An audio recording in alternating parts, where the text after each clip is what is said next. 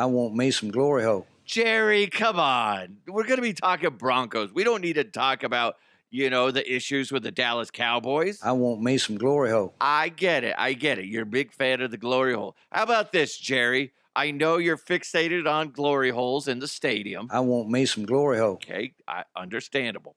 How about this? I just saw, Jerry, that you said it again, where you feel like that blinding sun that rips through your stadium is quote-unquote home field advantage. Why don't you fix that? Go to Home Depot, order some blinds, or whatever blind stores out in Dallas, okay? You might get a good discount, or get one of those blackout shades. Maybe you could take a nap during the game. Might be good for you. Might be good. Get a little power nap before the game's over and you guys lose because you're at the helm, okay? Do something about the sun that you just recently brought up again. You think it's a home field advantage. Cut out the bullshit. Admit that that's a fuck up. Fix it. And stop talking about the goddamn glory holes. I want me some glory hole. I know, Jerry. In a perfect world, every stall at your stadium would have a glory hole in there, ensuring that everybody that is going to a Dallas Cowboys game can at least leave with some sort of pleasure, because it's not going to be pleasure based off of the product that your guys are putting on the field. I want me some glory hole. Amen, brother. Anyway, how has he not fixed that fucking problem? And how does he not see that that's a problem? My God, my goodness. I feel sorry for Cowboys fans. You got the worst fucking owner, mainly because he's to the point where it's like he doesn't see that he's doing anything wrong. The fact that like he still doesn't think that blinding sun is a problem when there's like evidence, clear-cut evidence of your players missing easy touchdowns because they can't see shit. Anyway, that tells you got a problem. Anyway, guys, speaking of problems, the MMA action over the weekend was filled with drama, but kind of like weird drama, dirty. I'm going to take a shower. I'm confused. I'm walking around in a daze type of drama. Okay? Questioning your life decisions drama. We'll get into that. The NBA and its MVP award has lost all credibility. And it's just, and if you don't see it, that's troubling for you. It's troubling for you. Aaron Rodgers signs with the Steelers. Bullet dodged for so many other teams out there. I'm talking mostly to the Arizona Cardinals, who are begging for him to come over there. Well, at least that one guy. Okay? Come on. Good for Rodgers going to the Steelers. We'll get into that in a little bit. And coming up next, Sean Payton, head coach of the Denver Broncos. He may have a target on his back. And the NFL and its higher-ups seem to have the Denver Broncos and Sean Payton in their crosshairs. And Colin Cowherd, whether you like him or not, explains why, and it kind of makes sense. That's coming up. But real quick, hit the subscribe button. Interact with the show any way you can. Positive, negative, I don't care. It's fine. It's fine. And if you could leave a great review. If you leave a negative review, I will find you. I will go Liam Neeson on you. Okay, I will. Anyway, enable all notifications. That way, anytime there's a new episode, you'll be notified. But I think what we need to do right now, guys, let's have some fun. Let's jump into the sports section. Going deep, tight ends and long balls. He starts to come and then he pulls out. Oh, gross! It's sports with the Huff. All right. So do you think the NFL has beef with Sean Payton? I didn't think about it until Colin Cowherd did his thing over the weekend and released this. I don't even know when Cowherd's shows are, but this was trending on social media, and I grabbed it, and I was like, oh, let's play this on the show because I kind of see his point. It's a bit of a stretch, but then, things are crazy in this world. Here's Colin Cowherd on the Herd talking about Sean Payton. I'm not a conspiracy guy, but I believe this. I think Sean Payton has a mixed relationship with the league office. He's taken shots at quarterbacks. He's taken Russell Wilson. He's taken shots at coaches. NFL does not like friendly fire. Zip it. Look at Denver's schedule. They're punishing them. The toughest 6-game schedule I have ever seen in my life, and I'm a geek on this stuff. I've never seen anything like that. At Chiefs, Jags, Rams, at Niners, at Chargers, at Seahawks. They could have thrown an Arizona game in there, a Panthers game in there. They could have thrown that Steeler game in there, the Raider game in there. Nope. Front heavy with Bo Nix coming off a surgery. Again, I'm not a conspiracy guy. They're punishing them. Yeah. Here's the thing. Kind of going back to it. Chiefs, Jags, Rams, 49ers, Chargers, Seahawks. That's a tough go, right? I get his perspective. It's tough. But if the Denver Broncos can go through that and come out 500 or better, oh, shit. Watch out. Watch out. Chiefs one's going to be interesting because not only do the Broncos have Bo Nix coming back after his ankle issues, but you also have Patrick Mahomes coming back. The Jaguars are always tough. They got an insane defense. Rams, they're tough. 49ers, they're tough. Chargers are always tough. Always. And then the Seahawks. I don't know. Oddly enough, out of that bunch, the Seahawks worry me the least. And that's odd because they're defending Super Bowl champions. But here's the thing. I get Cowherd's thinking on this. Like, holy shit. Do they hate him that bad that they'd fuck him over?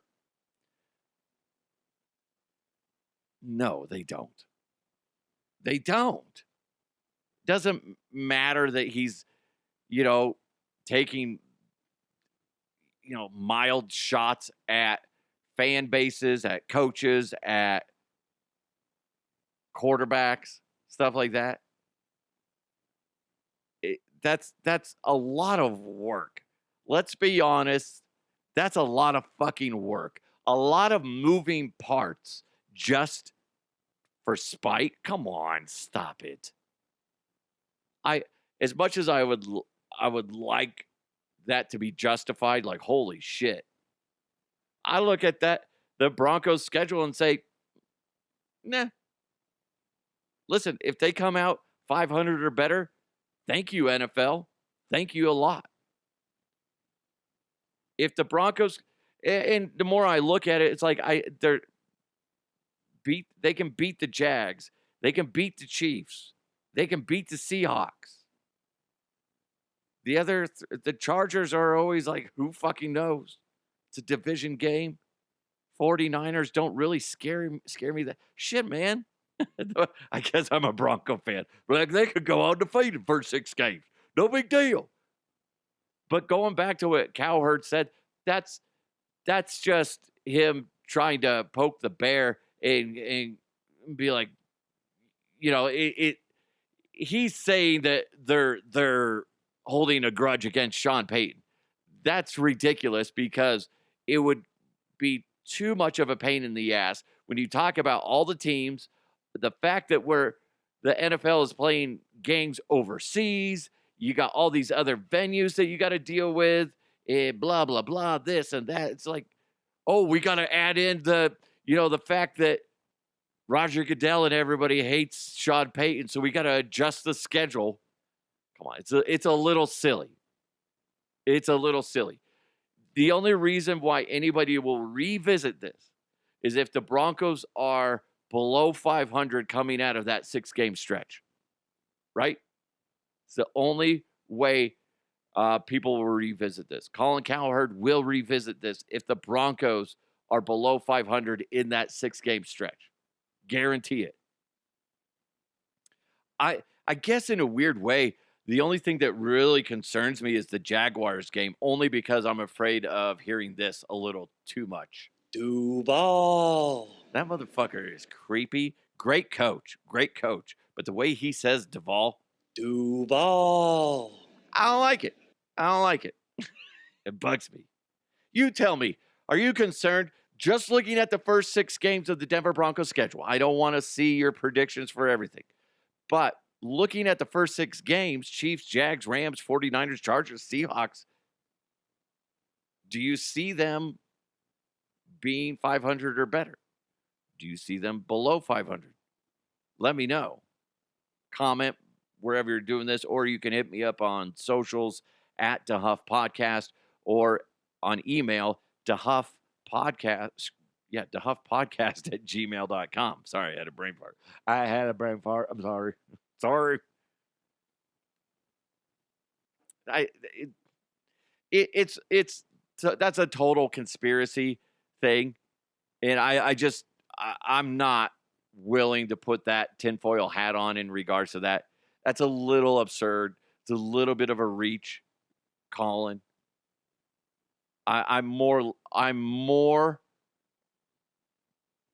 likely to believe that Bigfoot is real than believe that Roger Goodell and the NFL has a grudge against Sean Payton and the Denver Broncos, and that's why they have a tough go of the first 6 games of the NFL season coming up. Come on. And I don't believe in Bigfoot. Okay? So, yeah, there you go.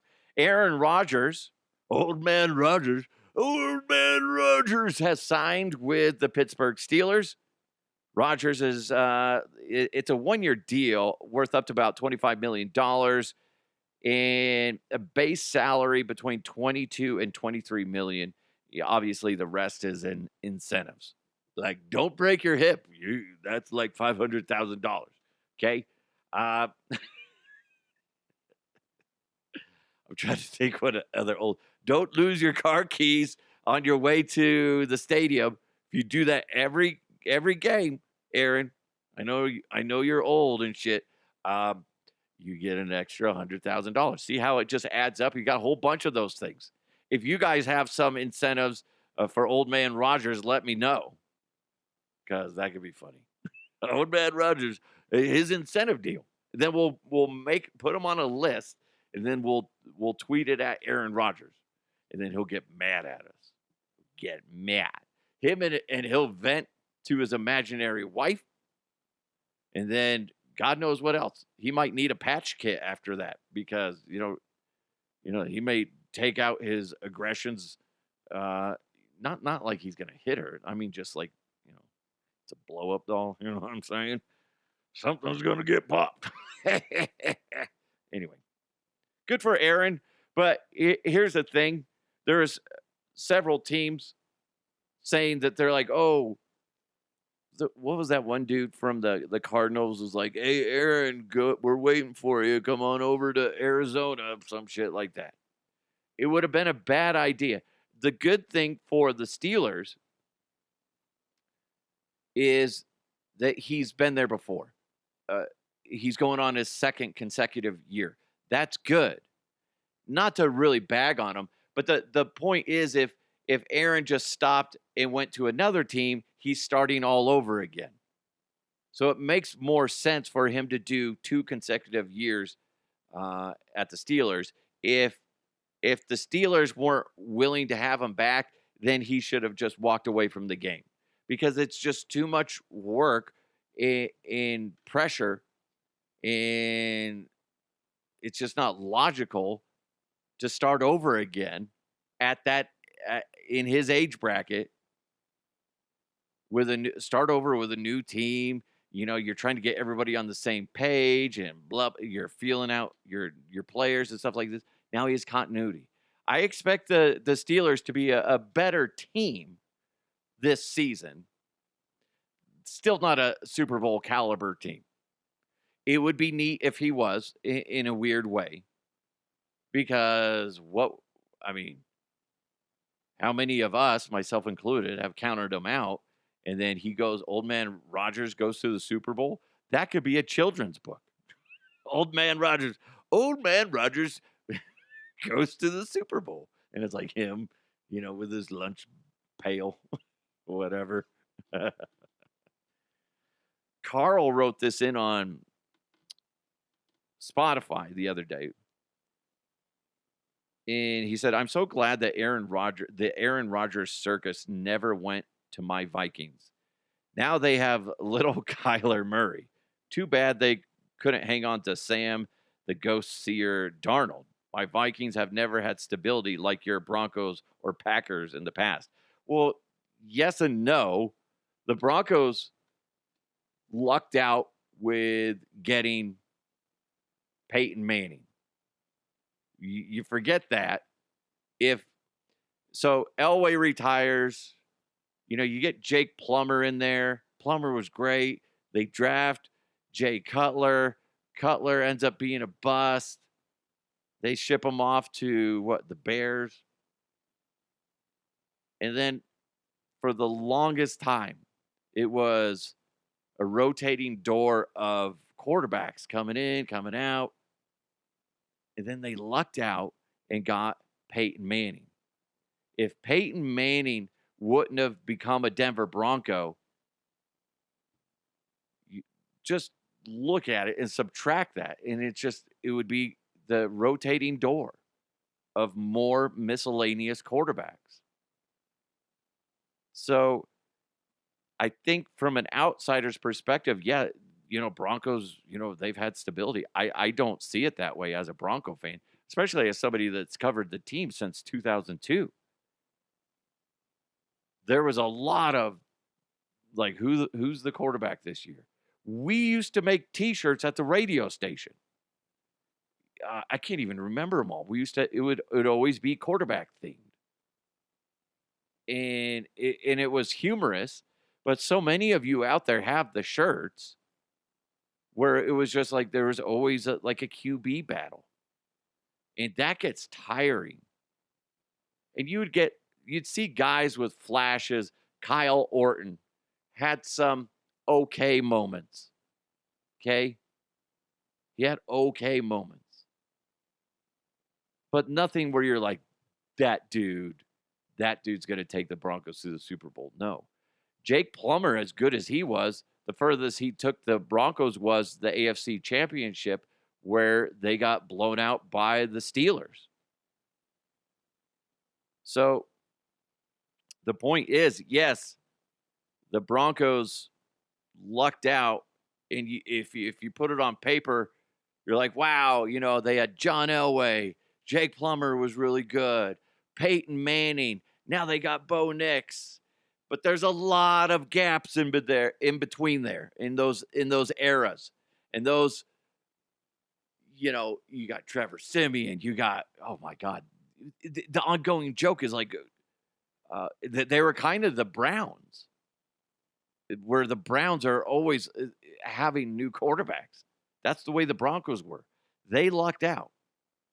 Thank God Brandon Stokely was part of the Denver Broncos, because him and Peyton are BFFs. Peyton spent the night on Stokes' couch here in Denver. I'm sure Stoke made him some pancakes, right? Hey, Peyton, you're my best friend. Want some pancakes? And then Peyton's like, no. Well, that makes me hotter than a red pepper. I'm a raging Cajun right now. I can't be mad at you, Peyton. I love you. Right? That's my Stokely impression. He sounds nothing like that. But the point is, they don't get him. He doesn't get the deal sweetened by his buddy Stokely being here and whatever else drew him in. Then the Broncos are still in the same fucking pile of piss that they were in before. Do you not remember Tim Tebow era? I know some of us try to block it out, but it existed. It existed. So, yes and no, Carl. Carl, I'm kind of disagreeing with you. But that being said, the Vikings probably worse. I mean, you had Kirk Cousins, but he didn't do shit. And he was probably the best. You had Dante Culpepper for a bit. You had, going way back, you had Cunningham for a little bit. I mean, yeah, I can see. You guys probably had it worse. if I were to put it on paper, write it down, which I'm not going to, because as soon as this show's over, I've already moved on. But I see your point. And the Packers, they've kind of bounced back too. So anyway. Thank you so much, Carl, for chiming in on the show. NBA MVP was announced yesterday. And what's funny is, I can't remember who released it, but then a bunch of people were bagging on him on social media because like several hours before they announced it, this ESPN reporter is just like, SGA wins his second MVP award for the NBA, is back-to-back, whatever, blah, blah, blah. And they're like, you can't, no, it's not over yet, whatever. Come on, man. Or spoiler, like who doesn't know? It's like free access to see the people voting. But anyway, he wins in a landslide, not even close. Okay? It's disgusting. I'm going to read some comments from Facebook, mostly.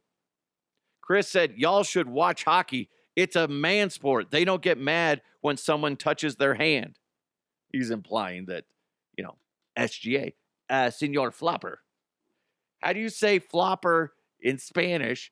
And then we'll just call SGA Senor whatever. Flippy Flopper. I don't know. Donald said better flopper than LeBron. I would agree with that. As in, you definitely know he's fucking flopping. Jared said, oh, brother. Steve, boo. Anne Marie said, big shocker, NBA Golden Boy. Ben, Joker, better, not in playoffs. I get it, but still. Yeah, that's the thing. I don't think it would have changed it, though. Ben, and everybody, it wouldn't have if the Nuggets were the number one seed. Maybe. But I don't want to get into it yet. Hold on. Let me finish these. Derek, generational flopper. That should, Derek, make a t-shirt, Derek, or a poster, and it just kind of elegant looking, generational flopper. And then you have SGA flopping, right? That would be cool. Take that to the game and hold it up on a poster. That would be cool. Chris, Jokic is the real MVP. Chris, underdeserved. Wemby should have gotten it, but SGA is the NBA's little bitch, so no surprise. Guys, Brad wrote this on Instagram. He needs to suck a bag of dicks with his wife for the amount of bullshit he brings to the court. Oh, he wants to get the wife involved. Okay. It's a family affair. The hell, Brad? I should have proofread this. Flopping to get to the foul line. What a role model to show kids on how to cheat a system. Here's the thing. SGA does not deserve the MVP award. He does not. That team is a great team. You subtract SGA, it's still a really good fucking team. All he does is go to the foul line.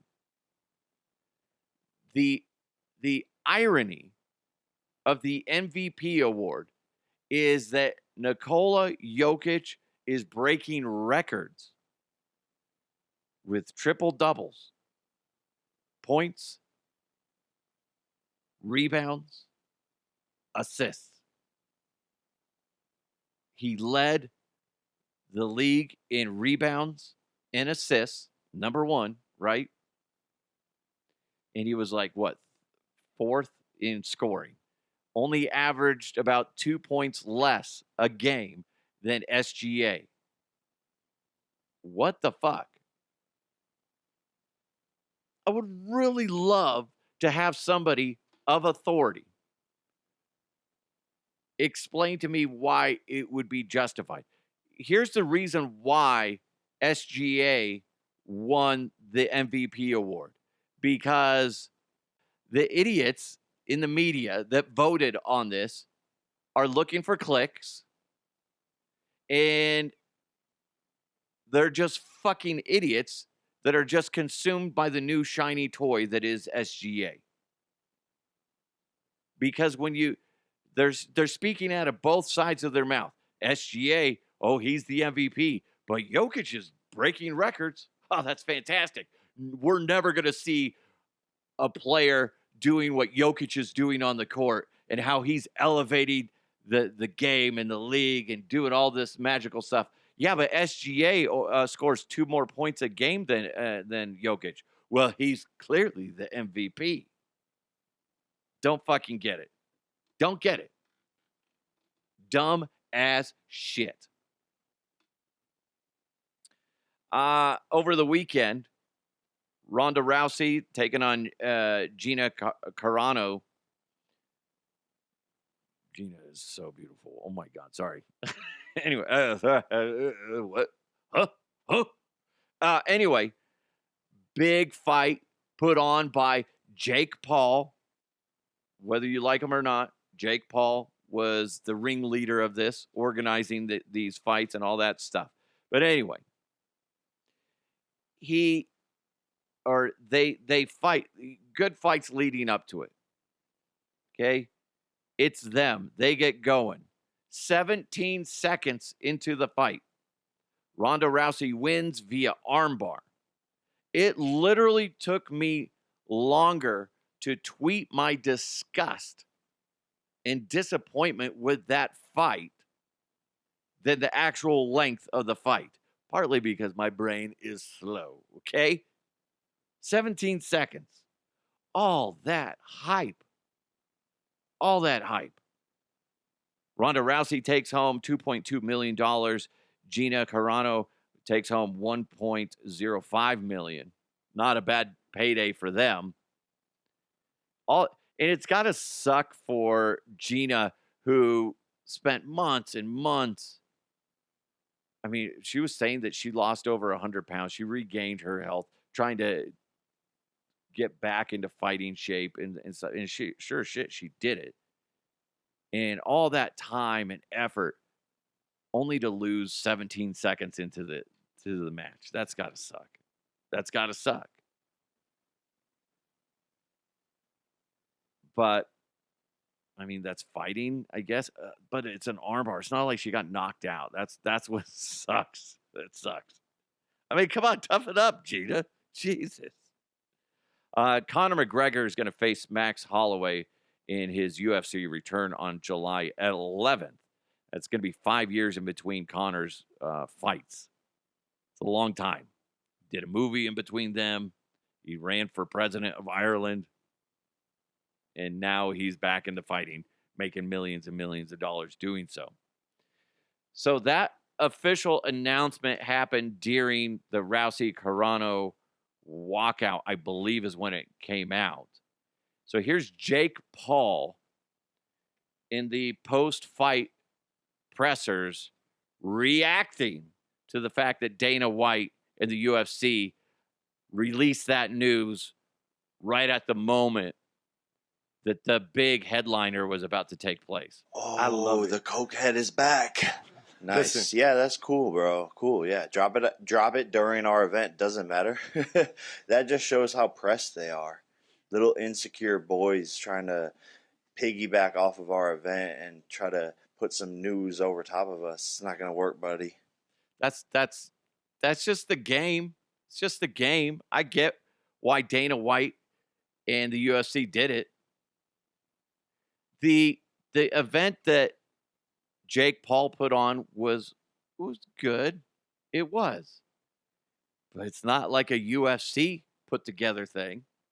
I know Jake Paul had Netflix, as the hub, the big, supporting entity, and that's what they broadcasted it on, all that stuff. That's great. That's great.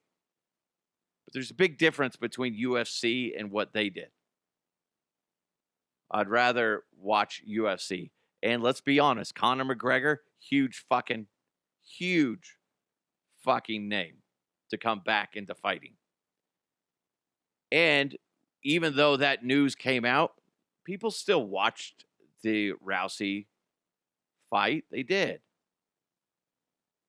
But that's just the nature of the beast.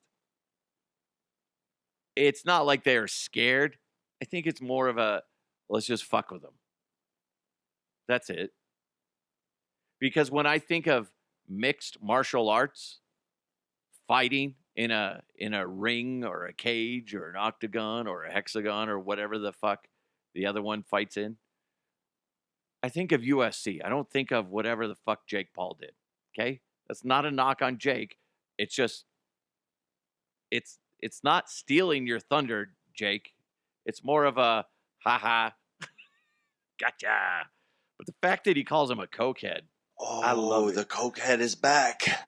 That's kind of fucked up. I do not think Dana White is happy with you.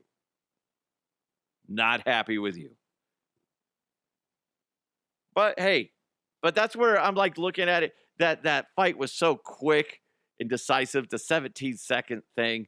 And it's like, That's like me getting up, grabbing a drink out of the fridge, sitting back down, and then all of a sudden the fight's over. And you're like, fuck, I missed it. Literally. Up from your couch. Go get a beer. Go get a soda. Go get water, whatever. And yet by the time you sit back down, look up at the TV, fight's over.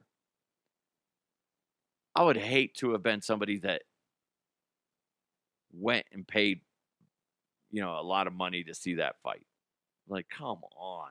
Now, that's why you go and you watch all the other fights. That's why it's a fight card. It's not just like one fight and that's it. You got a whole bunch of fights, lined up together. Otherwise, because there were several first round knockouts. So that's just fighting in a nutshell. I think it's funny that Jake Paul, good for him for responding, because he is taking something that UFC did and spinning it around in his favor, making them look like that they're a serious contender when it comes to the UFC. So it brilliant move by both parts. But I'm curious. Here's the thing with Conor McGregor coming back to fight. I just don't. Conor, he's gonna get worked. I have a feeling he's gonna get worked over, and that will be his last fight.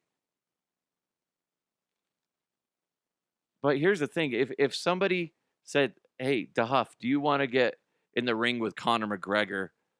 You're guaranteed to make $1 million. You go in there, you last more than 10 seconds, you're good."